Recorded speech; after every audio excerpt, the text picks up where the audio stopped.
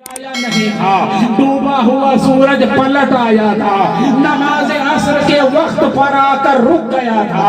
علی شیر خدا نے نماز عصر ادا کر لی تھی اور یہ نماز قضا نہیں ادا کیا تھا، یہ نماز ادا ہوئی تھی۔ آپ غور کرو، نماز اللہ کی عبادت ہے، نماز اہم ترین عبادت ہے۔ پچھلی نماز عصر تمام نمازوں میں افضل نماز ہے۔ علی شیر خدا نے جب ایسی اہم عبادت کی بھی قربانی پیش کر دی تو انہیں یہ انعام عطا کیا گیا کہ ان کے لیے ڈوبا سورج پلٹا دیا گیا۔ کسی اور کے لیے تاریخ نہیں بتاتی ہے ڈوبا سورج پلٹایا گیا ہو۔ کیا صحابی رسول نے یہ عقیدہ نہیں دیا ہے اللہ کی عبادت سے بڑھ کر نبی کی تعظیم کا کام ہے؟ اگر اللہ کی عبادت کرنا ہو، دوسری طرف نبی کی تعظیم کرنا ہو، پہلے نبی کی تعظیم کا کام کرو، پھر اللہ کی عبادت کا کام کر لینا۔ مقام صحبہ میں علی نے ہمیں یہ پیغام دیا ہے، یہ طریقہ بتایا ہے، یہ سبق سکھایا ہے۔ نبی کی تعظیم پہلے، اللہ کی عبادت بعد۔ اطمینان ہوا؟ نبی کی تعظیم پہلے، اللہ کی عبادت بعد۔ اور آگے بڑھو، نبی کی تعظیم کا انعام کیا ملتا ہے؟ بہت سمیٹ کر میں چل رہا ہوں کیونکہ کافی وقت بھی ہو چکا اور میری صحت بھی اجازت نہیں دیتی ہے کہ اس سلسلے میں تفصیلی گفتگو کی جائے، ورنہ اس موضوع پر میری 2 گھنٹے سے کم گفتگو نہیں ہوگی۔ سمیٹ کر ضروری باتیں 2 گھنٹے سے کم نہیں ہوگی۔ گھبرائی نہیں، 2 گھنٹہ آپ کو نہیں سننا ہے، انشاءاللہ آدھے گھنٹے میں گفتگو پوری۔ اجازت ہے؟ آدھا گھنٹہ سنیں گے؟ محبت سے سنیں گے، درود پاک پڑھنا، اللہم صلی اللہ علیہ وسلم وبارک علی سید الانبیاء والمرسلین۔ نبی کی تعظیم کا کام کرنے سے انعام کیا ملتا ہے؟ فائدہ کیا ملتا ہے؟ نبی کی تعظیم کا کام کرنے سے فائدہ کیا ملتا ہے؟ ارے جلسے عید میلاد سجانا نبی کی تعظیم کرنا، جلوس محمدی نکالنا نبی کی تعظیم کرنا، مکان دکان مسجدیں خانقاہیں سجانا نبی کی تعظیم کرنا، آمد سرکار کا جشن منانے کے لیے گلی کوچوں کو صاف ستھرا کرنا، سجانا سنوارنا نبی کی تعظیم کرنا۔ انعام کیا ملے گا؟ فائدہ کیا پہنچے گا؟ آؤ نبی کی تعظیم کا انعام قرآن کے حوالے سے سماعت کریں۔ قرآن کے حوالے سے حضرت موسیٰ کلیم اللہ کا نام سنا ہے آپ نے؟ دائیں بائیں نہ دیکھیے، میری طرف دھیان دیجیے۔ حضرت موسیٰ کلیم اللہ، آدھے گھنٹے میں آپ چھوٹ جائیں گے، دھیان سے سنیں گے تب، ورنہ 1 گھنٹے سے کم نہیں گھسیٹیں گے۔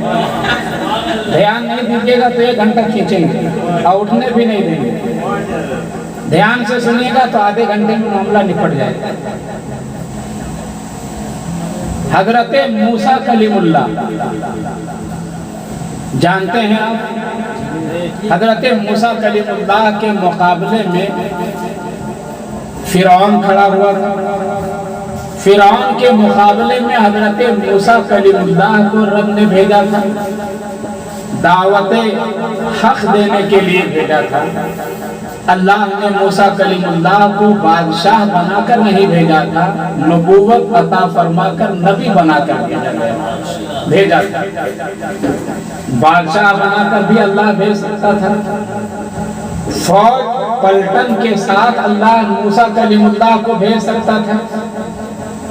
پھر حضرت موسیٰ کا مقابلہ جب فرعون سے ہوتا اور حضرت موسیٰ بادشاہت لے کر آتے، بادشاہ بن کر آتے، مقابلہ بادشاہ کا بادشاہ سے ہوتا، تو 2 بادشاہوں کے درمیان مقابلے کے بعد جو نتیجہ ہوتا ہے کیا ہوتا ہے؟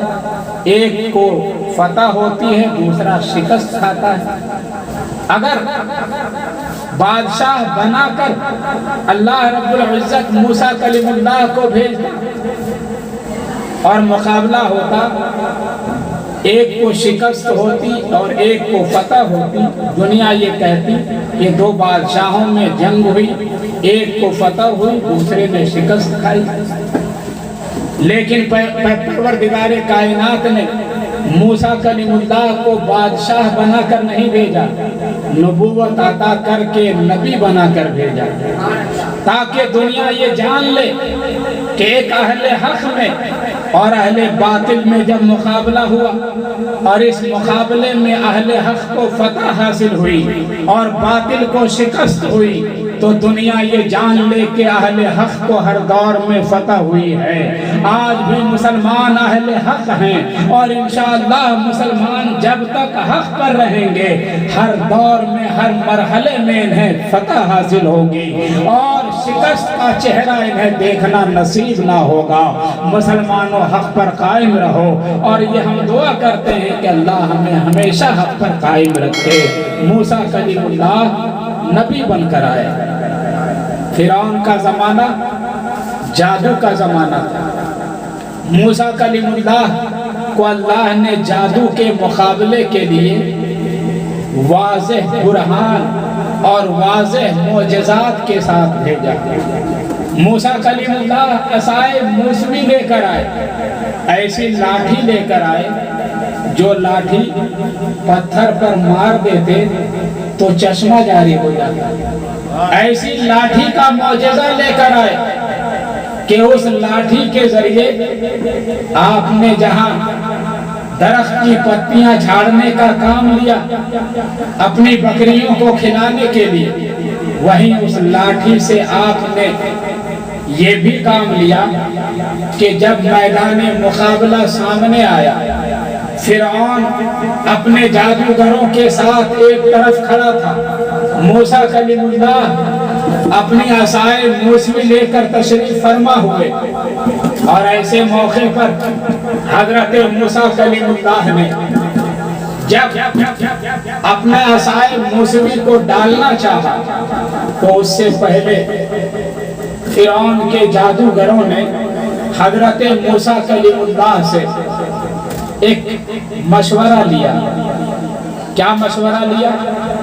یا موسیٰ اما ان تلقیا و اما ان نکون نحن الملقین۔ ہمارے علماء کرام بھی توجہ دیں، انہیں ایک خاص مواد حاصل ہوگا، حاصل مطالعہ میں پیش کر رہا ہوں، تفسیر جمل، تفسیر ساوی اور دیگر تفسیرات کا نچوڑ پیش کر رہا ہوں۔ حضرت موسیٰ کلیم اللہ ایک طرف، فرعون اور اس کے جادوگر دوسری طرف مقابلے میں کھڑے ہیں۔ موسیٰ کلیم اللہ اپنی عصا اور لاٹھی کو لے کر مقابلے کے لیے حاضر ہیں۔ فرعون کے جادوگروں نے حضرت موسیٰ کلیم اللہ سے مشورہ لیا، رائے طلب کی، اے موسیٰ آپ اپنی لاٹھی پہلے مقابلے میں ڈالیں گے یا ہم اپنا سامان مقابلہ پیش کریں؟ جادوگروں کا سامان مقابلہ کیا تھا؟ اژدہے تھے، جادو کے سانپ تھے۔ جادوگروں نے کہا ہم اپنے سانپ جادو کے پیش کر دیں یا آپ اپنی عصا پہلے ڈالیں گے، پہلے پیش کریں گے؟ حضرت موسیٰ کلیم اللہ سے جادوگروں نے جب رائے طلب کیا، اللہ نے ان کے رائے طلب کرنے کو، رائے لینے کو قرآن میں بیان جب فرمایا تو کس انداز میں بیان فرمایا؟ یا موسیٰ اما ان تلقیا، اے موسیٰ پہلے آپ اپنا سامان مقابلہ ڈالیں گے، وَإِمَّا أَن نَّكُونَ نَحْنُ الْمُلْقِينَ، یا ہم اپنا سامان مقابلہ پیش کریں۔ ہم سے مراد جادوگر۔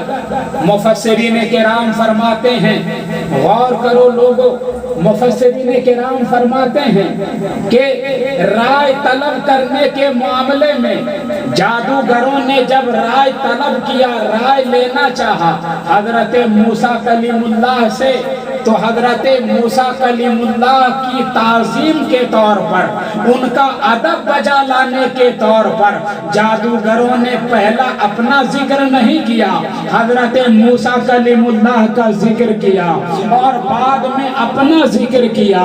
جب جادوگروں نے حضرت موسیٰ کلیم اللہ کے ادب میں اور احترام میں موسیٰ کلیم اللہ کا ذکر پہلے کیا، اپنا ذکر بعد میں کیا، تو صاحب تفسیر جمل پکار اٹھے، صاحب تفسیر خازن پکار اٹھے، صاحب تفسیر ساوی پکار اٹھے کہ جادوگروں نے جب موسیٰ کلیم اللہ کا اس انداز میں ادب کیا تھا تو اللہ نے ان جادوگروں کو موسیٰ کلیم اللہ کے ادب کرنے کی وجہ سے یہ انعام و اکرام عطا کیا کہ ان جادوگروں کو ایمان کی دولت عطا فرما دی۔ وہ تمام بے ایمان جادوگر صاحب ایمان بن گئے، موسیٰ کلیم اللہ کو نبی ماننے والے بن گئے، اللہ کو ایک خدا ماننے والے بن گئے، ایمان کی دولت انہیں نصیب ہو گئی۔ تو مجھے کہہ لینے دو، آج اگر امت مسلمہ نبی آخر الزمان پیغمبر اسلام جناب محمد رسول اللہ صلی اللہ علیہ وسلم کی عظمت کا اعتراف کرتے ہوئے جلوس محمدی کا اہتمام کر لے، عید میلاد کا جلسہ منعقد کر لے، گلی کوچوں کو آراستہ کر لے، پیراستہ کر لے، تو یہ بدعت کا کام کیسے ہو سکتا ہے؟ اگر بے ایمان جادوگروں کو جب وہ بے ایمان تھے حضرت موسیٰ کلیم اللہ کی تعظیم کی بنیاد پر ایمان کی دولت نصیب ہو سکتی ہے، ہم ایماندار ہو کر کے نبیوں کے نبی کا احترام کر لیں، رسولوں کے رسول کا ادب کر لیں، سید الانبیاء سید الرسول کی آمد کا جشن منا لیں، تو ہمارے ایمان کو تازگی کیوں نہیں ملے گی؟ ایمان کو پختگی کیوں نہیں ملے گی؟ ایمان مضبوط سے مضبوط تر ہوتا جائے گا۔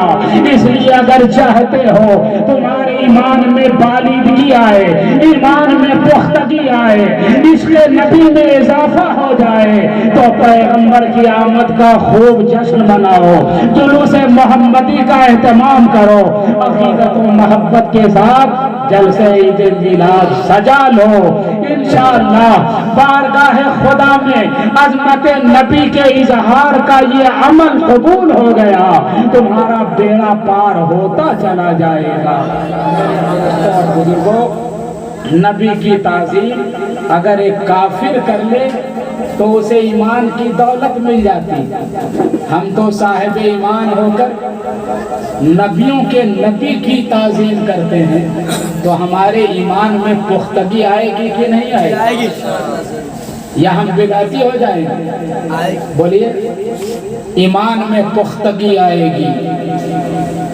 یہ غلط ہے، جھوٹ ہے، ہم پر الزام ہے کہ یہ سب بدعت کا کام ہے، یہ سب شرک کا کام ہے، یہ سب گناہ کا کام ہے۔ نبی کی تعظیم کر کے ہم خدا کی ذات سے نبی کو آگے بڑھا دیتے ہیں، یہ ہم پر الزام ہے۔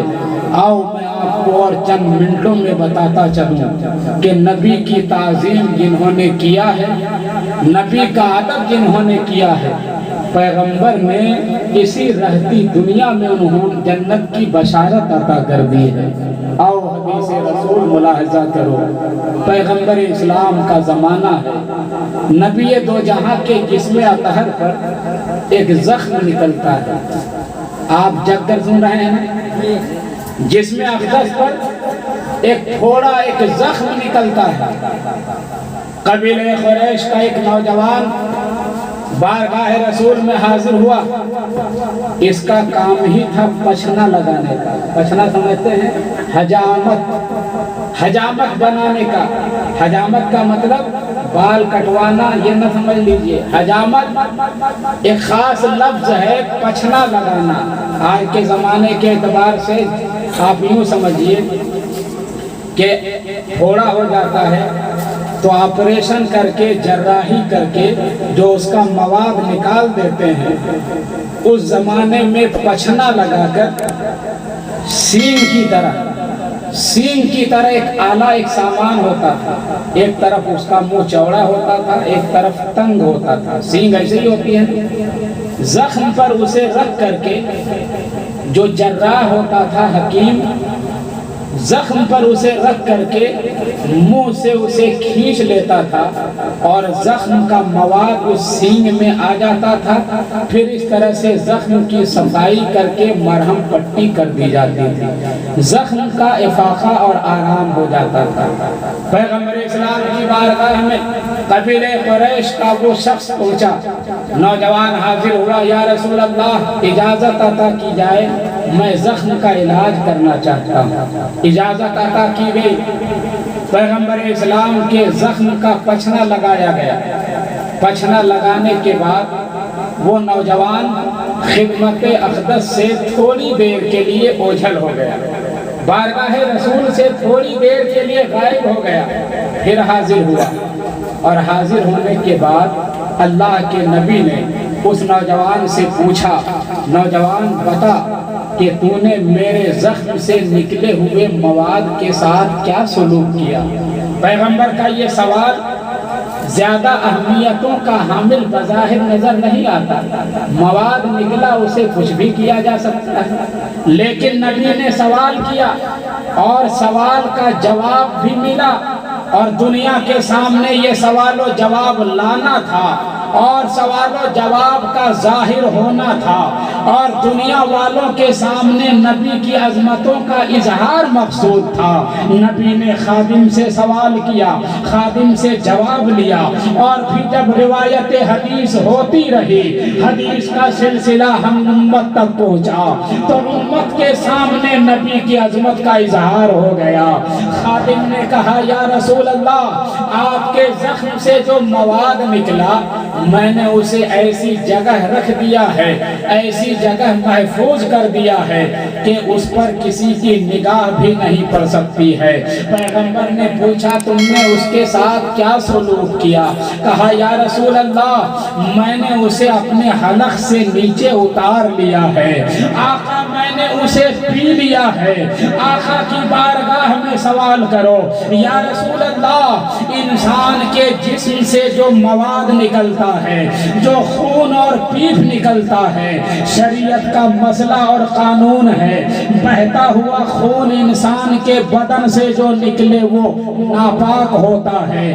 باوضو انسان کے بدن سے خون نکل کر اگر بہ گیا، مسئلہ یہ ہے کہ وضو ٹوٹ جائے گا، اس لیے کہ ناپاک خون نکلا ہے، ناپاک پیپ نکلا ہے۔ انسان کے بدن سے جو بہتا ہوا خون نکلے وہ ناپاک ہوا کرتا ہے، لیکن یہاں نبی آخر الزمان کا معاملہ ہے، پیغمبر اسلام کا معاملہ ہے۔ زخم سے جو مواد نکلا ہے، زخم سے جو خون اور پیپ نکلا ہے، وہ خون اور پیپ ناپاک نہیں ہے، وہ تو امت کے حق میں تبرک ہے۔ امت نے اسے جب پی لیا ہے، نبی نے جنت کی بشارت عطا کیا ہے۔ پیغمبر ارشاد فرماتے ہیں، اے غلام سن لے، اگر میرے زخم سے نکلے مواد کے ساتھ تو نے یہ سلوک کیا ہے، اذهب فقد احررت نفسك من النار، جا جا تو نے اپنے کو جہنم سے آزاد کر لیا۔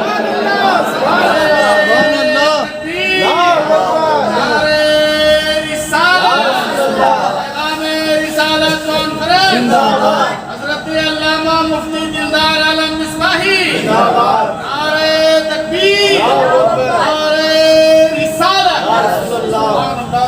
اگر میرے زخم سے نکلے مواد کے ساتھ تو نے تعظیم کا یہ عمل کیا ہے، اس زخم سے نکلے مواد کے ساتھ ادب و احترام کا عمل کیا ہے، اذهب فقد احررت نفسك من النار، یہ الفاظ ہیں، جا تم نے اپنے کو جہنم سے آزاد کر لیا۔ جنت کی بشارت دی جا رہی ہے، جہنم سے آزادی کا پروانہ عطا کیا جا رہا ہے۔